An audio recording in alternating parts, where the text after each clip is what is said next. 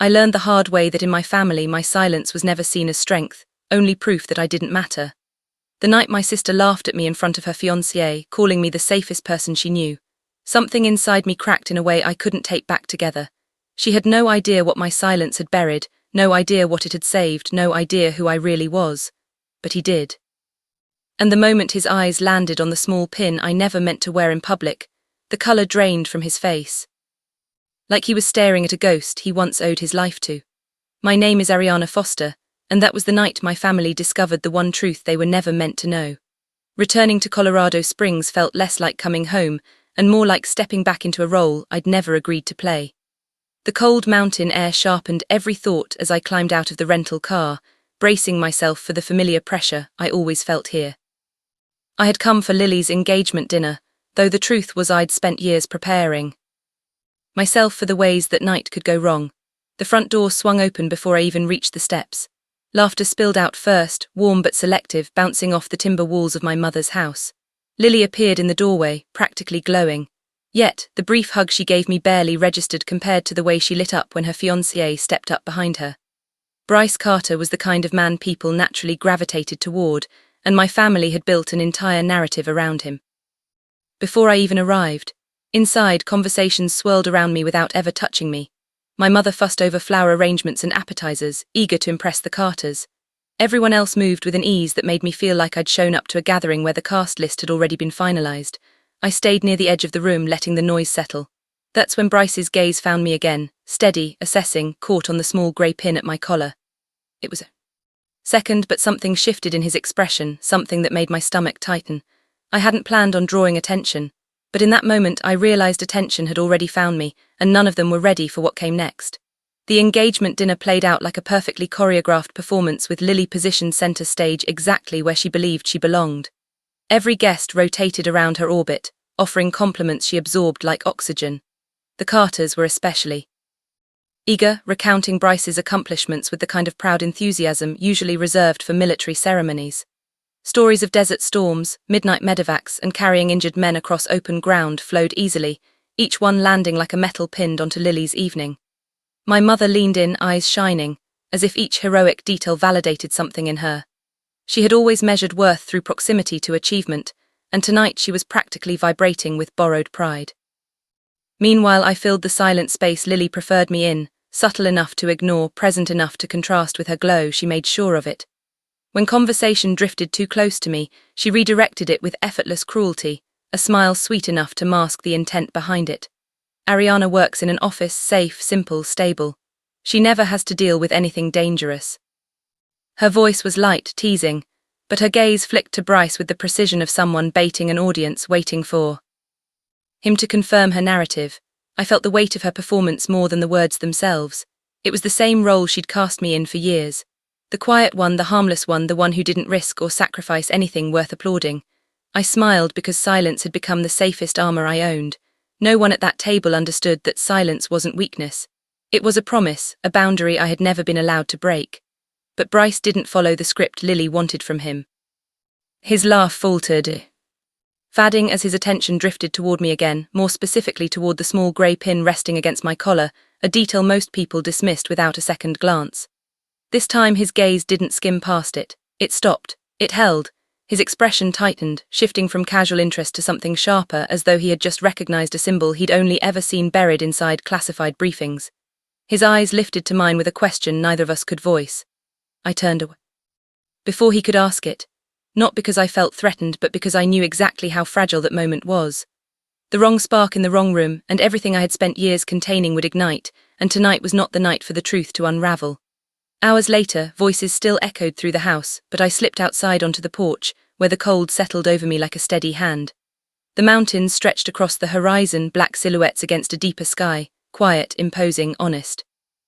I had always trusted the dark more than the rooms where people performed for one another.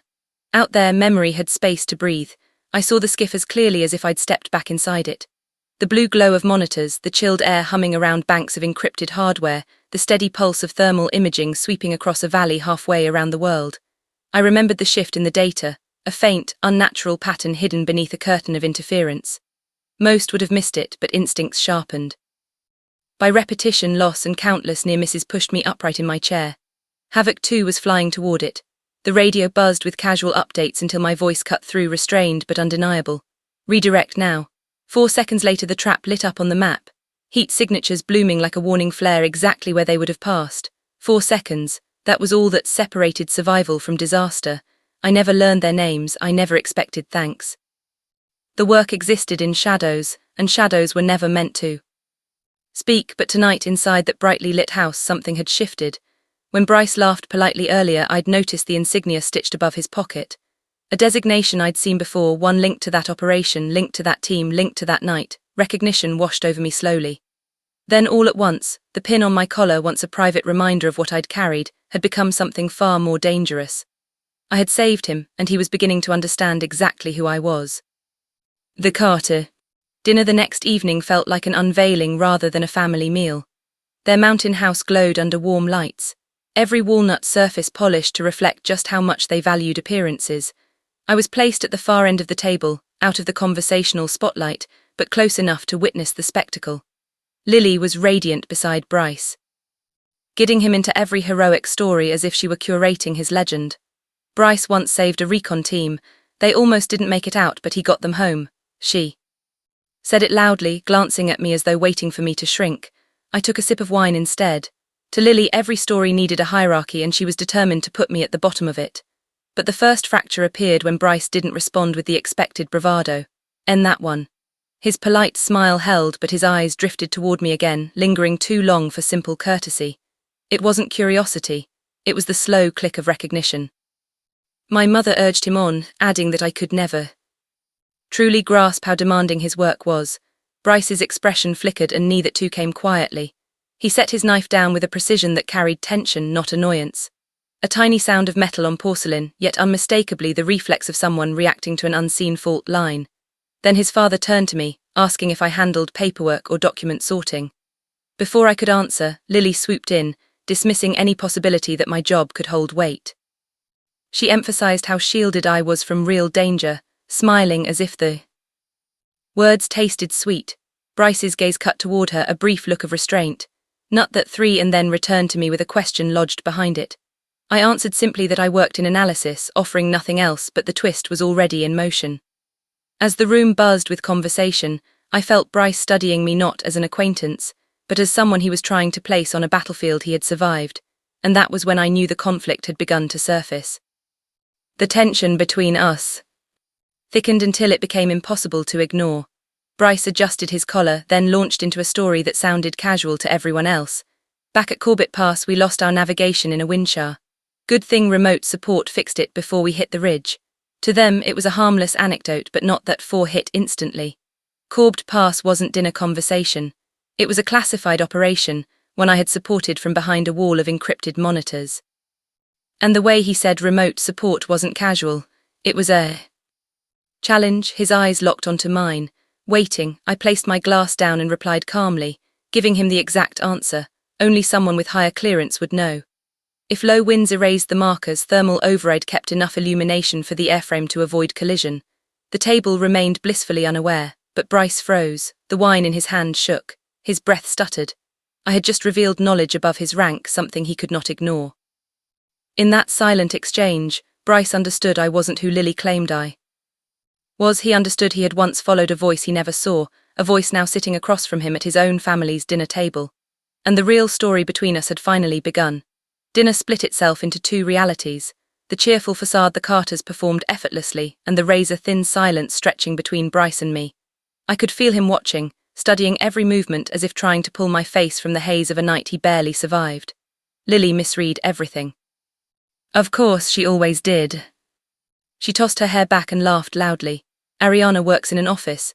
She doesn't get battlefield stories, but she sure can write reports. A few guests chuckled politely. I rested my hand against my knee, steadying my breath, but Bryce didn't laugh. He angled slightly toward me, speaking low enough that only I could hear. When you said thermal override, you knew exactly what you were talking about. That wasn't chance. Before I could reply, Lily cut in with irritation, simmering beneath her sugary tone. Bryce, don't be so intense. Leave the military talk to the men. I was content to let the moment pass until Lily reached for the grey pin on my collar. She pinched it lightly, giggling as if she'd uncovered something trivial. What is this, something you bought online? Like a little military cosplay, the room snapped when Bryce moved. His chair scraped violently as he stood, gripping Lily's wrist midair. His voice dropped into a dangerous register. Don't touch that. Conversation died instantly. Lily blinked at him, startled. My mother stammered his name, unsure whether to scold or apologize. Bryce didn't look at her. He looked at me directly, deliberately. The question that had been flickering behind his eyes now solidified into certainty. The person who wears that pin isn't who you think she is, Lily. Confusion twisted across her face. No one else understood the symbol she had just mocked, but Bryce did. The fear and respect battling in his expression shifted the entire tone of the room. He drew a slow breath, struggling to contain the weight of what he now knew. Are you who I think you are? Were you Overwatch actual in the SEO? He didn't finish. He couldn't. Classified operations didn't belong at polished dining tables. The atmosphere tightened until it felt combustible. The moment he voiced that question, the dinner crossed into territory. No one else in the room was cleared to enter. No one moved, no one breathed. Lily looked at Bryce as if he'd suddenly begun speaking in language. Why are you talking like this? Bryce finally turned to her, calm but unyielding. Because that pin isn't decoration and you touch something you shouldn't have. The room froze. Even the fire crackling in the hearth seemed to quiet. Bryce straightened unconsciously, heels together, shoulders squared. Not the posture of a fiancé at a family dinner, but a soldier addressing someone above him. In 2017, there was a voice on the radio guiding us out of an ambush. That voice saved my entire team. My chest tightened. I had prepared myself for this, but not in front of an audience that had spent years deciding who I was allowed to be. His eyes locked on mine. I found out today that voice was you. Lily's jaw dropped open. My mother's fork slipped from her hand. Mr. Carter leaned toward the table as if bracing himself. Wait, are you saying she outranks you? Bryce bowed his head slightly, an answer more powerful than words. She had the authority to overrule a colonel when our lives were at risk. Carried out the orders. She made the call. Every gaze in the room snapped to me. The woman they had dismissed as harmless and unimpressive mere minutes before. Lily shook her head, teetering on denial. No, she has nothing to do with the battlefield. Bryce turned to her with a clarity that cut deeper than anger. You see the surface. Ariana sees the world from a height we can't imagine. Silence tightened until it felt like glass. Then Bryce lowered his head again. Not as Lily's fiancé. Celebrated pilot, but as a man who knew the debt he owed. Thank you. If it weren't for you, I wouldn't be here. With that single sentence. The story my family had written about me for 20 years shattered quietly, irrevocably. The room didn't simply go quiet after Bryce thanked me. It froze, suspended in a kind of disbelief that felt heavier than any argument could have been. Every face was turned toward me, stunned, trying to reconcile the version of me they'd constructed with the truth that had just detonated in the open. I stood, not to explain myself, but because the moment demanded I stop shrinking. My eyes met Lily's first. Her expression was a tangle of shock, envy, and a fear she didn't know how to name. You've spent your life making everything loud, I said softly. But some things grow more powerful the quieter they are. No one responded. They couldn't. Bryce remained standing as well, shoulders squared, offering a slight bow that held more meaning than any speech. It wasn't obedience, it wasn't ceremony. It was gratitude from a man whose life I had saved without ever meeting him. That single gesture restructured the entire room. Lily was no longer the star, my mother no longer certain, and I no longer invisible. I reached up and straightened the grey pin on my collar. A small motion, yet it echoed like a shockwave. For years, silence had been my duty. Tonight it became my power. After the climax settled, the room filled with questions no one knew how to voice. They sat there like static in the air, humming, pressing, waiting for someone brave or foolish enough to break the silence. It was Bryce's father who finally spoke. So, what is it you actually do? I lifted the linen napkin, dabbed my mouth, and placed it neatly beside my plate. The motion was deliberate, final, a signal that the conversation had reached its limit. I'm not permitted to say. I never have been. My mother blinked, confusion and hurt wrestling across her face. Why didn't you ever tell me? I met her gaze without anger. I had spent years grieving expectations I'd never meet, but not tonight, because even if I had told you, you wouldn't have believed it. Lily shot to her feet, eyes glassy, outrage trembling in her voice. You always do this, always acting mysterious, always acting like you're above everyone. I turned toward her, calm in a way that only truth could make me. It isn't mystery, it's responsibility. And not everything is about you, Lily. Her breath hitched, the words landing harder than anything I could have shouted. The room fell silent again, the kind of silence that swallowed ego. I rose from the table slowly, not in defiance but in acceptance. Thank you for dinner. You don't have to understand me. I never did this for recognition. Bryce lowered his head, voice steady, but waited. We're grateful, even if others don't understand why. I nodded to him, not as a superior, not as a savior, but as someone who once guided him home through a night he barely survived. Then I walked away from the table, away from the swirling expectations, the quiet dismissals, the years of minimizing jokes and tilted comparisons. In that moment I closed a door, not the one leading out of the Carter home, but the one that kept me tethered to their approval, their misunderstanding, their limited idea of who I was allowed to be. The lock clicked shut inside me with quiet certainty. I had freed myself. A few weeks later, my life settled back into its steady rhythm. The hum of servers, the cool, recycled air, the familiarity of a windowless office where daylight was just a rumor. The world outside spun with celebrations and dramas I no longer felt tethered to. Inside the skiff, everything remained unchanged, and yet something in me had shifted for good. One afternoon, a sealed parcel appeared in my secure mailbox. Lily's wedding invitation. The envelope was elegant, her name embossed in gold beside her fiancé's, but the note tucked inside wasn't hers. I recognized the handwriting instantly. Precise, disciplined, unmistakably Bryce to the voice who guided us home. A seat at the head table is reserved for you. With respect, I read it slowly, letting the weight of each word settle. Then I folded the note and placed it in the drawer where I kept the things that mattered. Not because anyone else valued them, but because I did. I didn't go to the wedding. Not out of spite, not out of pride, but because I no longer needed to step into a place that once asked me to shrink just to fit their version of me. That evening, instead of sitting in a banquet hall filled with flowers and speeches, I stood on the barracks balcony, looking out over the distant shimmer of the city. No applause, no music, just the cold wind brushing past me, and the quiet hum of a world that didn't know my name, but felt safer because of it. Silence had always been the language of my life, the duty that bound me, the barrier that kept me unseen. For years I believed it was the tool my family used to make me small, but now I understood. Silence was my strength, my terrain, a space I claimed for myself, free from expectation or misunderstanding. Lily had her spotlight. Bryce had his medals, my family had their stories, the ones they clung to even when they shattered, and I had the truth, a truth that needed no audience. If you enjoyed the story, hit like and subscribe for more story, share this story. You are not alone, God bless you. Thanks for watching.